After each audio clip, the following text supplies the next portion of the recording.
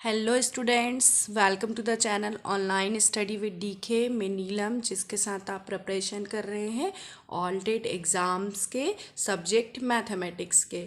हमने इससे पहले काफ़ी सारे क्वेश्चंस कर चुके हैं और सारे टॉपिक्स आपके सिलेबस के अकॉर्डिंग कंप्लीट भी कर चुके हैं। तो आप चैनल पे प्लेलिस्ट में जाकर के देख सकते हैं उन सभी टॉपिक्स को और वहाँ से आप बेसिक इंट्रोडक्शन समझकर और इन क्वेश्चंस को भी बाद में सॉल्व कर सकते हैं। तो आज हम स्टार्ट करते हैं। सबसे पहला जो क्वेश्चन है हमने नंबर सिस्टम से ही लिया है और इसमें मैंने बार का क्वेश्चन इंक्लूड किया है। तो सबसे पहले तो हमें इस टाइप के क्वेश्चंस को किस तरह से सॉल्व करना है वो देखेंगे।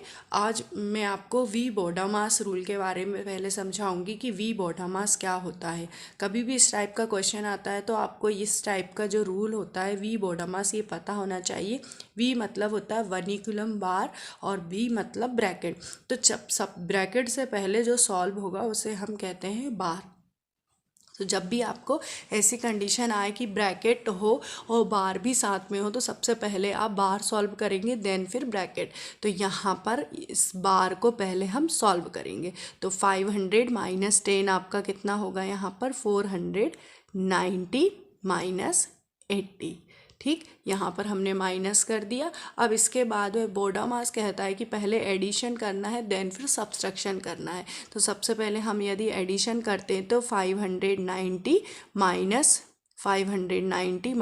80 और 90 माइनस 80 आपका कितना हो जाएगा 510।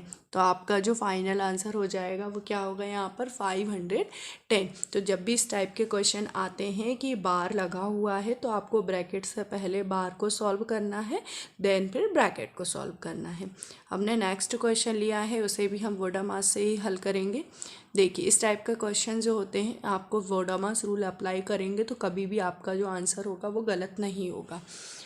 1 माइनस ब्रैकेट 5 माइनस करली bracket middle bracket 2 plus small bracket minus 5 plus 6 minus 2 bracket close 2 middle bracket close and big bracket close. तो इस टाइप के क्वेश्चन में सबसे पहले आपको ब्रैकेट की इंफॉर्मेशन बताती हूँ। ये आपका होता है यहाँ पर स्मॉल ब्रैकेट, ये होता है आपका मिडिल ब्रैकेट और इस टाइप का जो ब्रैकेट होता है इसे हम कहते हैं बिग ब्रैकेट। तो जब भी इस तरह के ब्रैकेट्स आपको दिए हों तो सबसे पहले आपको स्मॉल ब्रैकेट सॉल्व करना है, देन फिर मिडिल, देन फिर बिग। तो यहाँ पर देखेंगे कि जो स्मॉल ब्रैकेट है वो यहाँ पर है, हम इसे सॉल्व करेंगे। तो -5 और +6 1 और 1 माइनस 2 इज़ -1। तो यहाँ पर आपका क्या होगा 5 माइनस ब्रैकेट 2 प्लस हमने यहाँ पर 6 माइनस 5 किया 1 और 1 माइनस 2 किया यहाँ पर 1 माइनस 2 ब्रैकेट, ये आपका ये 2 और ये middle bracket and then close. तब 1 माइनस 2 इज़ -1।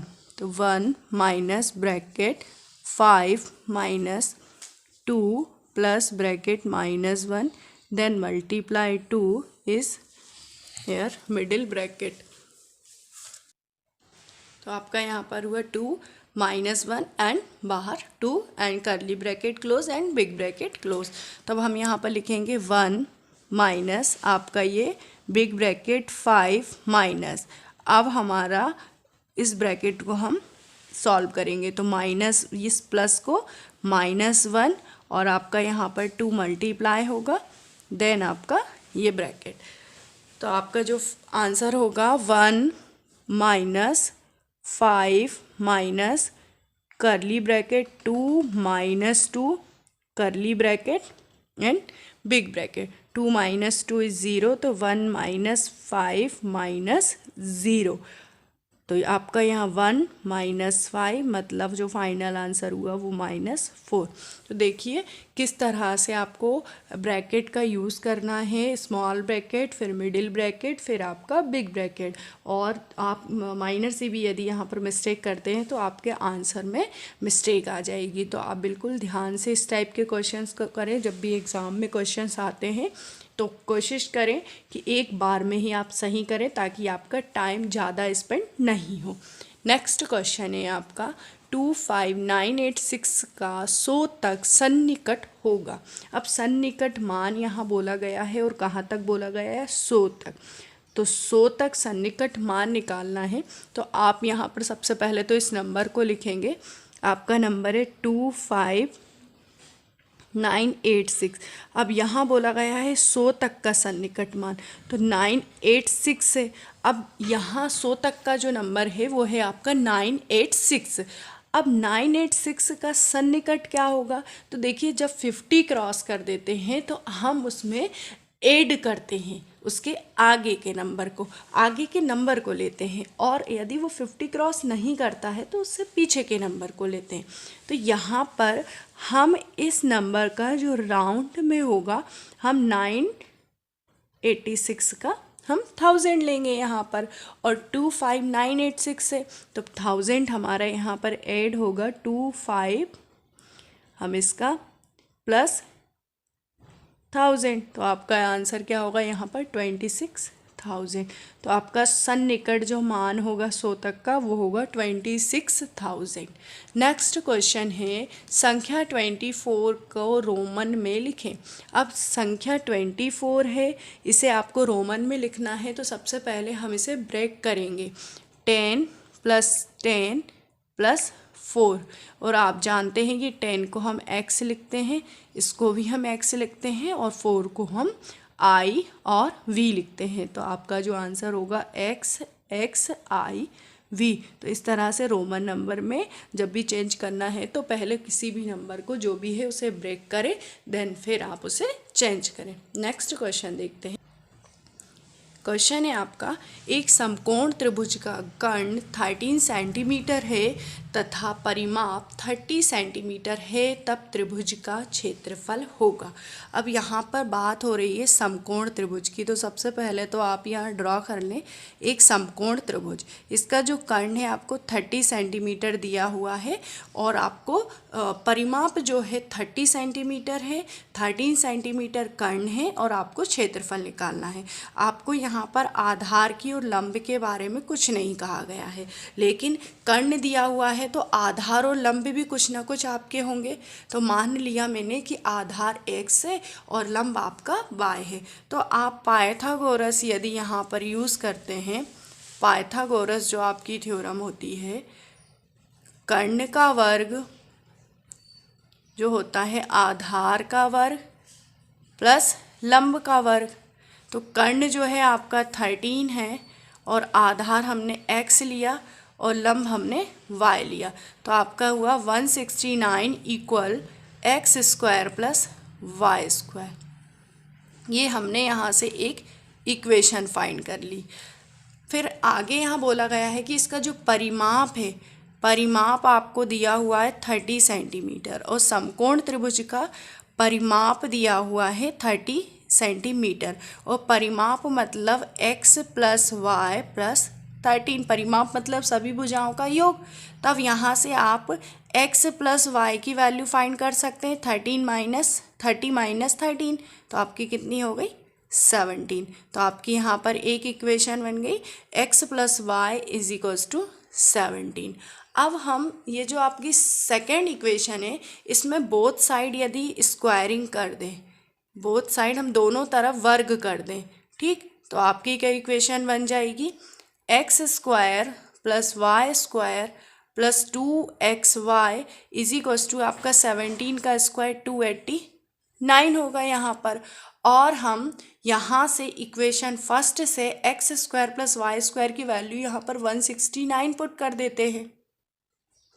हम इक्वेशन फर्स्ट से x² + y² की जो वैल्यू है वो पुट कर देंगे, क्या है? 169। तो 169 + 2xy = 289। Then 2xy = 289 - 169 is 120. Then xy = 120/2. It means that 60. तो यहाँ से x × y मतलब आधार × लंब आपका कितना आ गया 60, और यही आपके समकोण त्रिभुज के क्षेत्रफल का फॉर्मूला होता है। तो आपने इस क्वेश्चन को किस तरह से किया, आपको कर्ण दिया हुआ था और परिमाप दिया हुआ था, आपने कर्ण को लेकर एक इक्वेशन क्रिएट की, परिमाप को लेकर एक इक्वेशन क्रिएट की, दोनों इक्वेशन से वैल्यू निकालकर आपने एरिया के फॉर्म में कन्वर्ट कर दिया। तो आप इस तरह के क्वेश्चंस को समझें और अच्छे से पढ़ें, देन फिर क्वेश्चन करना स्टार्ट करेंगे तो आपकी मिस्टेक नहीं होंगी। नेक्स्ट क्वेश्चन देखते हैं। एक आयताकार मैदान 161 मीटर लंबा तथा 136 मीटर चौड़ा है। इस मैदान के चारों ओर एक मार्ग बना है। मार्ग का कुल क्षेत्रफल 1204 वर्ग मीटर है। मार्ग की चौड़ाई ज्ञात करें। सबसे पहले तो बोला गया है कि एक आयताकार मैदान है। अब ये हो गया आपका आयताकार मैदान, जो कि है आपका 161 मीटर लंबा है। इसकी जो लंबाई है वो 160 मीटर है और 136 मीटर जो है चौड़ा है। आगे बोला है कि इस मैदान के चारों तरफ एक मार्ग बना हुआ है। ये चारों तरफ मैंने यहाँ पर एक मार्ग बना दिया। जो मार्ग बनने के बाद जो इसका कुल क्षेत्रफल है वो है आपका 1204। ठीक, तो यदि मैं यहाँ से यहाँ तक की दूरी को इस बीच की x ले लूँ तो यहाँ से यहाँ तक की दूरी भी आपकी x होगी, यहाँ से यहाँ तक की दूरी भी x। तो आपकी ये जो टोटल यहाँ से यहाँ तक की आपकी लेंथ होगी वो कितनी होगी 136 + 2x, और ये आपकी ब्रेथ और 161 + 2x। तो इस तरह से आपको यदि मार्ग का कुल क्षेत्रफल 1204 दिया हुआ है तो आप इन दोनों को लेकर मार्ग का कुल क्षेत्रफल निकाल के मार्ग की चौड़ाई निकाल सकते हैं। तो सबसे पहले तो मैं आयताकार मैदान का क्षेत्रफल निकालूंगी। आयताकार मैदान का क्षेत्रफल, तो यहाँ पर सबसे पहले हम मैदान का क्षेत्रफल निकालेंगे। तो आयताकार मैदान का क्षेत्रफल क्या होगा, लंबाई इंटू चौड़ाई। आपको लंबाई दी हुई है कितनी 161 इंटू 136। आप इन दोनों को मल्टीप्लाई करेंगे 161 और 136, आपका होगा 21896। तो ये आपका हो गया क्षेत्रफल आयताकार मैदान का। अब यहाँ आगे बोला गया है कि चारों तरफ मार्ग है और मार्ग का कुल क्षेत्रफल जो है 1204 है। तो हम यहाँ से मार्ग का जो क्षेत्रफल है उसको इंक्लूड करके हम ओवरऑल क्षेत्रफल निकालेंगे। तो अब आपका जो क्षेत्रफल होगा 136 + 2x इंटू 161 + 2x।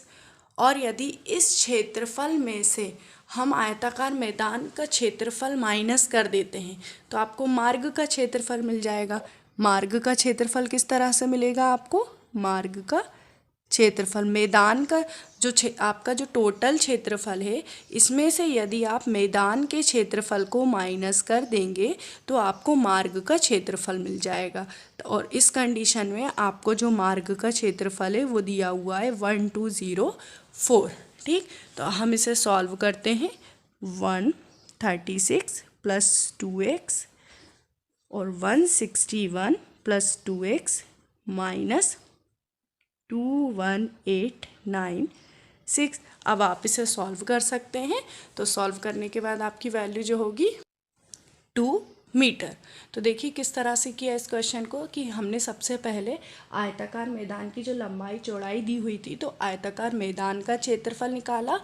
मार्ग का क्षेत्रफल किस तरह से निकलेगा कि टोटल जो क्षेत्रफल है पूरा मैदान का मार्ग सहित क्षेत्रफल है, इसमें से यदि हम मैदान के क्षेत्रफल को माइनस कर देते हैं तो आपको मार्ग का क्षेत्रफल मिल जाता है। आपको यहाँ पर एक इक्वेशन मिली और इस इक्वेशन को आपने सॉल्व करके x की वैल्यू फाइंड की। नेक्स्ट क्वेश्चन देखते हैं। एक घनाभ का आयतन 43,740 घन सेंटीमीटर तथा उसकी भुजाओं का अनुपात 3:4:5 है। तो सबसे बड़ी भुजा की लंबाई क्या होगी। सबसे पहले तो आपको घनाभ का आयतन क्या होता है ये आप रिकॉल करें। इसके लिए आप प्लेलिस्ट में जाकर घनाभ वाला जो आपका वीडियो है वो अच्छे से देख लें, आपको वहाँ से फॉर्मूला याद हो जाएगा। तो घनाभ का आयतन लंबाई इंटू चौड़ाई इंटू ऊंचाई, और आपको यहाँ पर ये अनुपात में दिया हुआ है और जो आयतन दिया हुआ है इतना दिया हुआ है। तो हम यहाँ पर घनाभ का आयतन क्या लिखेंगे 43,740, और आपका जो लंबाई चौड़ाई और ऊंचाई दिया हुआ है हम इसे 3x into 4x into 5x लेंगे और मल्टीप्लाई करेंगे। तो आपका यहाँ पर होगा 3 into 4 into 5 into x cube, और आपका जो इक्वल में है 43740। 3 4 इंटू 5 आपका कितना होगा 60, 43740 upon 60 equals to x cube. अब यहाँ से ये जो वैल्यू है एक्स की क्यूब के फॉर्म में है, हम यहाँ से इसे सॉल्व करेंगे 729। अगर 60 से आप कैंसिल करते हैं तो x cube is equals to 729। Then आपका जो 729 किसका क्यूब होता है 9 का, तो जो आपकी x की वैल्यू हो गई वो है 9 मीटर 9 सेंटीमीटर। और यहाँ पर आपको पूछा गया है कि सबसे बड़ी भुजा की लंबाई क्या होगी। अब यहाँ पर 3 4 और 5 में सबसे बड़ी भुजा है 5, तो 5 इंटू 9 मतलब 45 सेंटीमीटर। इस क्वेश्चन में सिर्फ आपको यदि फॉर्मूला अच्छे से पता है घनाभ का तो पूरे क्वेश्चन को आप अच्छे से सॉल्व कर सकते हो। और इसके लिए आप प्लेलिस्ट में जा कर के घनाभ का जो वीडियो है वो पूरा देखें, उसके वहाँ क्वेश्चंस भी हैं और फॉर्मूला भी आपको पूरी तरह से एक्सप्लेन किया हुआ है। नेक्स्ट क्वेश्चन है जो कि आपका घन से लिया हुआ है। एक घन का आयतन 512 घन सेंटीमीटर है, इसके विकर्ण की लंबाई है। अब यहाँ पर घन, पहले हमारा घनाभ था, फिर अब हमने घन से क्वेश्चन लिया है कि एक घन है जिसका आयतन 512 घन सेंटीमीटर है और उसके विकर्ण की लंबाई होगी। अब घन के विकर्ण की यदि हम बात करें तो इसका फॉर्मूला होता है a√3। यदि आपको ये फॉर्मूला पता है तो आप बहुत अच्छे से कर पाएंगे। और यहाँ आयतन दिया हुआ है 512 घन सेंटीमीटर। तो घन का जो आयतन होता है, घन का यदि आयतन का फॉर्मूला आपको पता है तो आप इस क्वेश्चन को बहुत जल्दी ही सॉल्व कर लेंगे।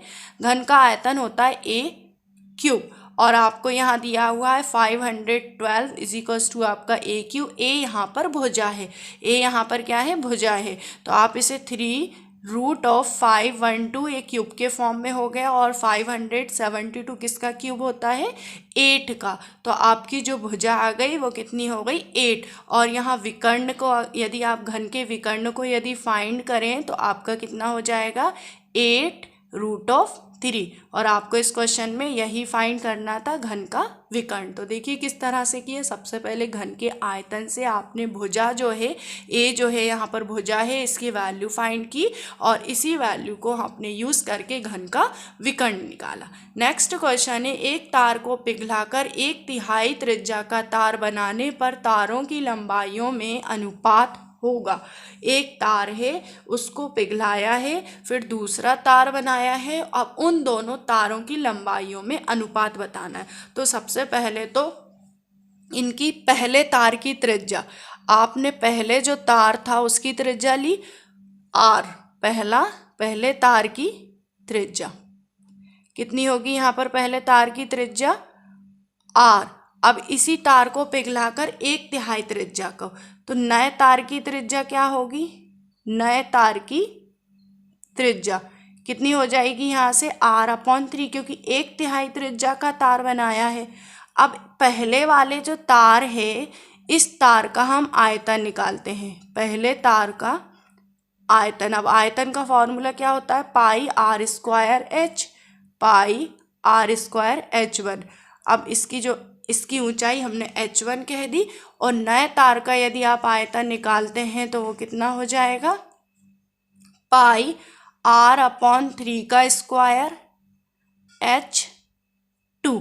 इस तरह से आपके दूसरे तार की त्रिज्या आयतन निकल गया और पहले तार का आयतन। अब हमें बोला गया है कि तार बनने पर तारों की लंबाइयों में अनुपात बताना है।